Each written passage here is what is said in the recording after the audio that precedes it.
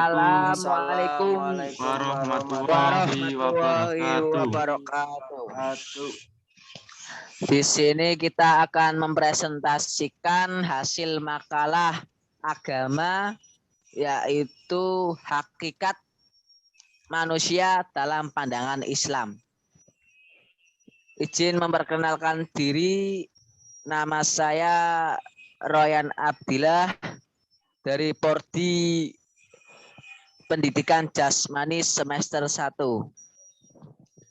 Perkenalkan, nama saya Rifan Afandi dari Prodi Penjas semester 1. Nama saya Rizky Galuh Pangestu dari Prodi Pendidikan Jasmani semester 1. Ya, kita langsung menuju ke materi saja teman-teman. Makalah hakikat manusia menurut Islam disusun oleh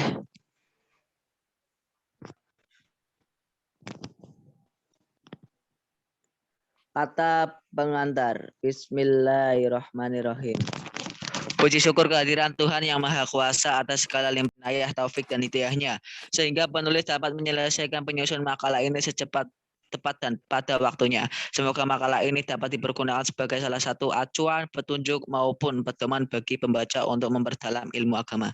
Penulis berharap makalah ini dapat menambah pengetahuan dan pengalaman bagi para pembaca sehingga dapat diterapkan dalam kehidupan sehari-hari. Penulis sadar bahwa masih banyak kekurangan terhadap makalah ini. Oleh karena itu, penulis meminta kepada para pembaca untuk memberikan masukan bermanfaat yang bersifat membangun untuk kesempurnaan makalah ini agar dapat diperbaiki bentuk maupun isi makalah sehingga kedepannya dapat lebih baik. Ini adalah daftar pengantar ya. Kita skip.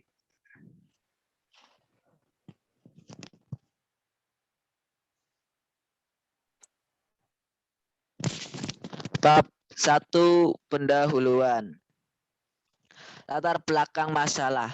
Makalah ini kami tunjukkan untuk masyarakat umum khususnya di kalangan remaja, pelajar, dan generasi muda yang tidak lain adalah sebagai generasi penerus bangsa agar kita semua memahami konsep manusia dalam dunia Islam serta memahami tanggung jawab manusia sebagai hamba Allah dan khalifah di muka bumi. Kajian tentang manusia telah banyak dilakukan para ahli yang selanjutnya dikaitkan dengan berbagai kegiatan seperti politik, ekonomi, sosial, budaya, pendidikan, agama, dan lain sebagainya. Hal tersebut dilakukan karena manusia selain sebagai subjek atau pelaku juga sebagai objek, yaitu sasaran. Dari berbagai kegiatan tersebut, dari pemikiran ini selanjutnya memunculkan banyak sebutan atau predikat untuk manusia yang dikemukakan para ahli filsafat. Misalnya Homo sapiens, makhluk yang mempunyai budi pekerti atau berakal. Animal rotinal, dan hayawan natim, binatang yang dapat berpikir, dan lain sebagainya. Masih banyak di sini. Dalam konsepsi Islam, manusia merupakan satu hakikat yang mempunyai dua dimensi, yaitu dimensi material atau jasad dan dimensi imaterial atau ruh, jiwa, akal, dan sebagainya.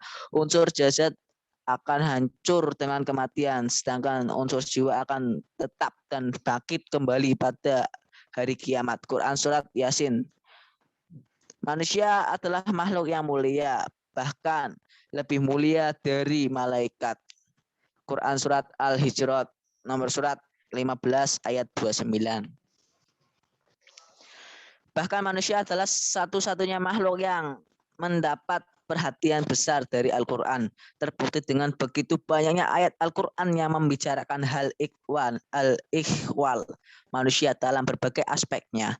Termasuk pula dengan nama-nama yang diberikan Al-Quran untuk menyebut manusia. Setidaknya terdapat 5 kata yang sering digunakan Al-Quran untuk merujuk kepada arti manusia, yaitu insan atau ins, atau al-nas atau unas, dan kata basyar serta kata bani Adam atau duriyat Adam. Berbicara dan berdiskusi tentang manusia memang menarik dan tidak pernah tuntas. Pembicaraan mengenai makhluk psikofisik ini laksana suatu permainan yang tidak pernah selesai. selalu ada saja pertanyaan mengenai manusia. Para ahli telah memutuskan pengertian manusia sejak dulu kala.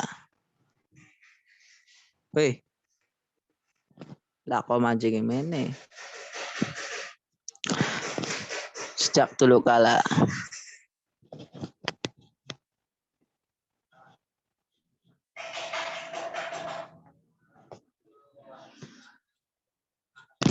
Oleh karena itu, kami sebagai penulis melalui makalah ini ingin mengingatkan kembali kepada para pembaca mengenai eksistensi dan manusia dalam pandangan Islam serta tanggung jawab manusia sebagai hamba Allah dan khalifah di muka bumi. B. Tujuan penulisan. 1. Dapat memberikan pemahaman mengenai pengertian dan konsep manusia dalam pandangan Islam. 2. Dapat memberikan pandangan mengenai eksistensi dan martabat manusia dalam pandangan Islam. 3. Dapat memberikan pemahaman mengenai tanggung jawab manusia sebagai hamba Allah dan khalifah di muka bumi. C. Ruang lingkup dari penulisan makalah ini adalah mencangkup aspek tentang konsep dan pengertian manusia, eksistensi dan martabat manusia, serta tanggung jawab manusia sebagai hamba Allah dan khalifah di muka bumi. D. Metode penulisan. Metode yang digunakan dalam penulisan makalah ini adalah dengan menggunakan metode pustaka yang yaitu berupa mencari dan mengumpulkan beberapa sumber dari internet maupun buku yang mengenai informasi seputar konsep manusia dalam pandangan Islam.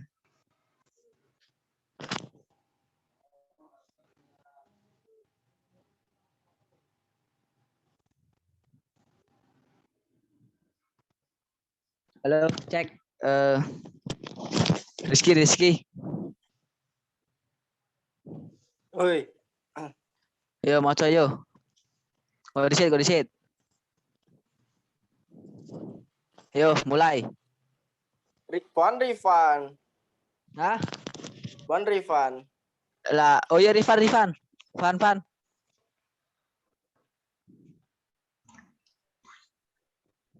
Cek Rifan. Ya, cek dulu.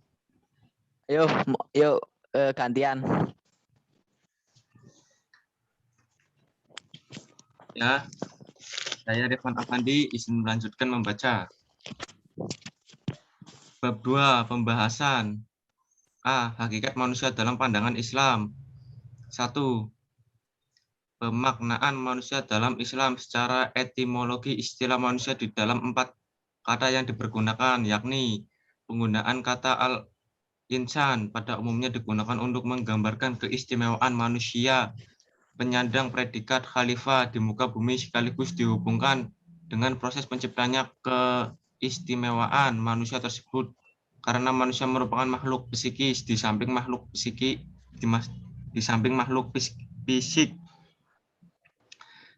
Psikis manusia sebagai makhluk Allah, mulia dan tertinggi derajatnya dibanding makhluk yang lainnya. Dengan membangun nilai-nilai tersebut, akhirnya manusia mampu mengemban amanah Allah di muka bumi.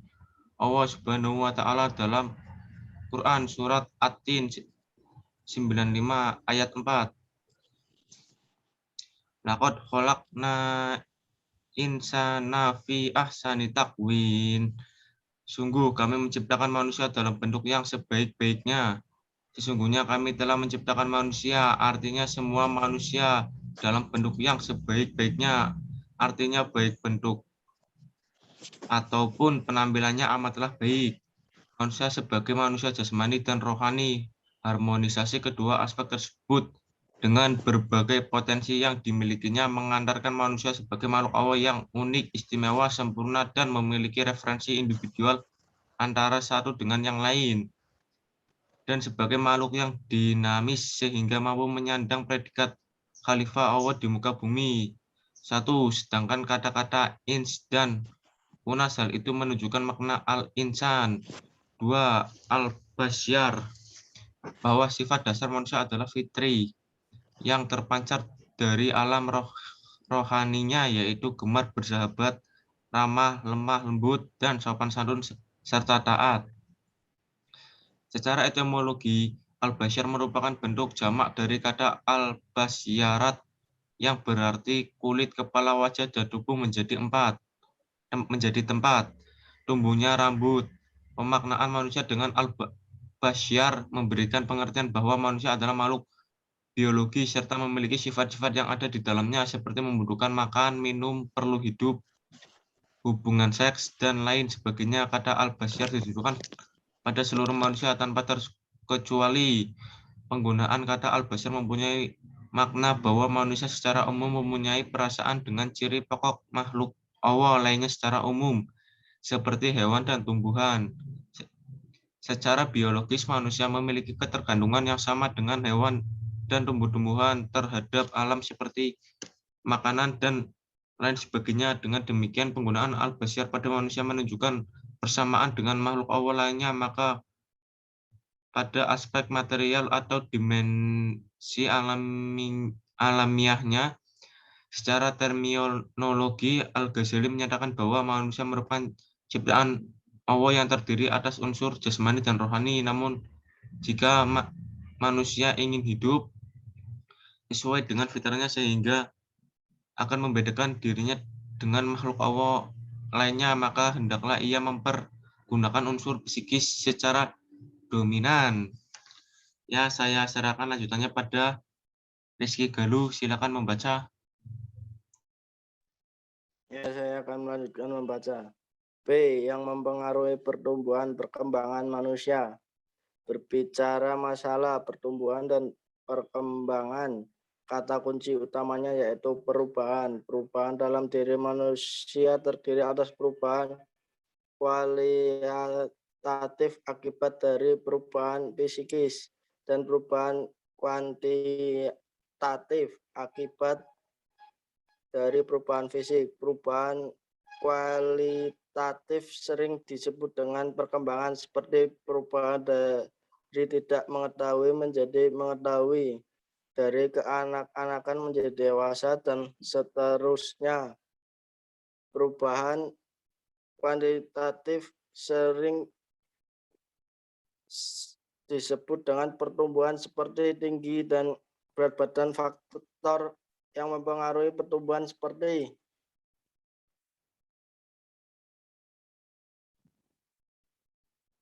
kelainan faktor politik, faktor ekonomi, dan sebagainya. Sementara itu, faktor yang mempengaruhi perkembangan manusia ada 3 aliran yang berbeda pendapat. Pertama, aliran nativisme. Aliran ini lebih menitik beratkan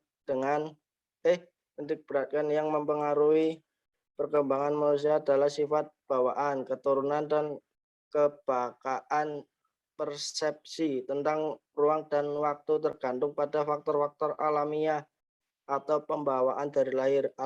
Aliran nativisme memandang hereditas atau heredi sebagai penentu tingkah laku. James Drift menyebut hereditas sebagai anugerah alam yang mempunyai hukum-hukum tersendiri. Asumsi yang mendasari aliran ini adalah bahwa pada diri anak dan orang tua terdapat banyak kesamaan baik fisik maupun psikis. Setiap manusia memiliki gen. Gen adalah butiran kecil yang terdapat di dalam sel-sel kelamin manusia yang dipindahkan dari orang tua atau nenek moyang kepada keturunan dan merupakan sifat-sifat yang diwariskan.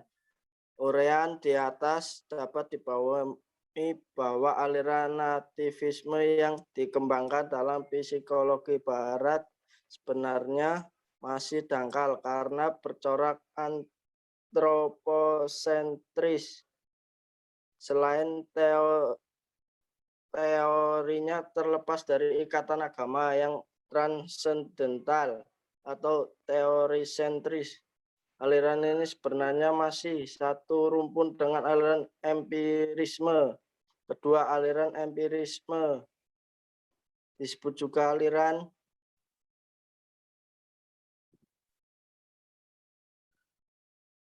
environmentalisme, yaitu aliran yang menitik beratkan pandangan pada peranan lingkungan sebagai penentu perkembangan tingkah laku. Asumsi psikologis yang mendasari aliran ini adalah bahwa manusia terlahir dalam keadaan netral, tidak memiliki bawaan apapun. Ia sebagai kertas putih atau tabula rasa yang dapat ditulisi apa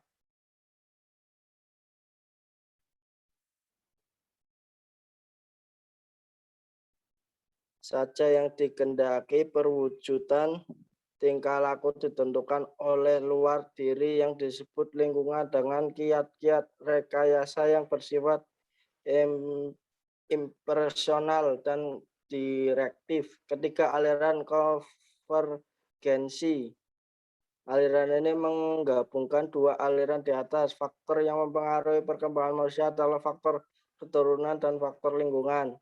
Manusia dalam pandangan psikologi Islam telah memiliki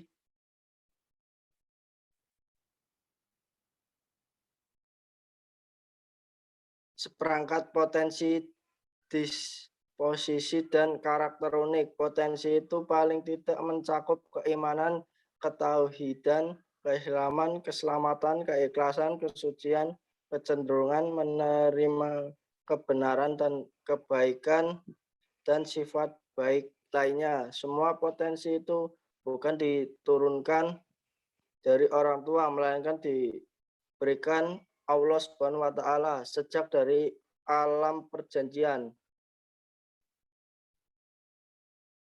Bab 3 penutup.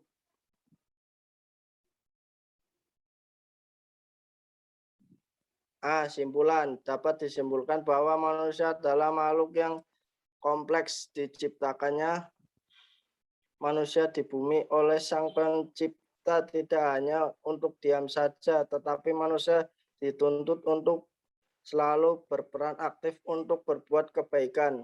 Sebagai seorang manusia, kita juga harus menjadi individu yang dapat bermanfaat bagi diri sendiri dan orang lain. Manusia bukanlah makhluk yang sempurna, masih banyak kekurangan yang melekat dalam diri manusia. Salah satu contohnya adalah kurangnya pemahaman manusia tentang agama. Oleh karena itu, manusia dianjurkan untuk saling menghormati dan mengasihi satu sama lain karena kita diciptakan tanpa adanya perbedaan. Selain itu, sebagai seorang manusia kita harus mematuhi aturan yang ada. Saran dari penulisan makalah ini, penulis menyarankan agar sebagai seorang manusia kita harus menjadi individu yang dapat bermanfaat bagi diri sendiri dan orang lain.